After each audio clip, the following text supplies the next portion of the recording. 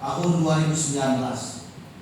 Saya, Sekretaris Daerah atas nama Gubernur Sumatera Selatan, dengan ini secara resmi melantik saudara-saudara dalam jabatan yang baru sebagai pejabat administrator dan pengawas di lingkungan pemerintah Provinsi Sumatera Selatan. Kemarin tidak ada yang tertutup, kemarin hanya miskomunikasi. Arahan Pak Gubernur dan Wakil Gubernur selalu melakukan bagaimana pegawai ini dalam pembinaannya, termasuk pelatihan pengambilan sumpah, itu harus terbuka semua. Karena tidak ada yang ditutup-tutupi, selalu melalui proses yang sesuai dengan aturan. Hari ini 99 pejabat administrator dan pengawas setingkat eselon 3 dan 4 itu dilantik. Ini juga melalui penggodokan yang berdasarkan proses yang ada.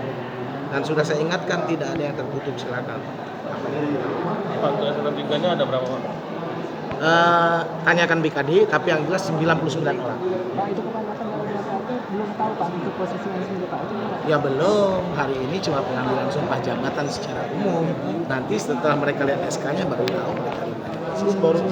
Ini belum, bukan berkata itu adalah rahasia. Kalau bisa 5 menit sebelumnya. Hanya saja karena pakaian yang nggak mungkin bisa. Kalau zaman dulu itu 5 menit sebelumnya dengan pakaian seadanya. Artinya tetap dalam Aturannya tetap harus dipenuhi. Lewat baper jakat, analisa evaluasi pimpinan dan usulan dari instansi yang di mana dia ditempatkan. Gitu. Melakukan satu bentuk reformasi daripada birokrasi, termasuk di dalam hukum.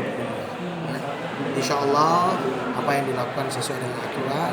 Insya Allah penempatan ini sesuai dengan kompetensi. Ya. Pak, kalau untuk eselon 2 Pak? Untuk eselon 2? Itu bukan prerogatif saya menjawab. Mungkin masih dalam evaluasi pimpinan kerja.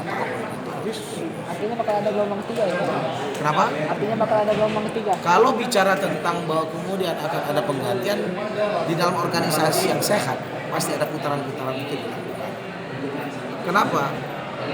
Mutasi, permutasi, promosi, demosi itu merupakan satu hal yang sangat lumrah dalam satu penyelenggaraan organisasi.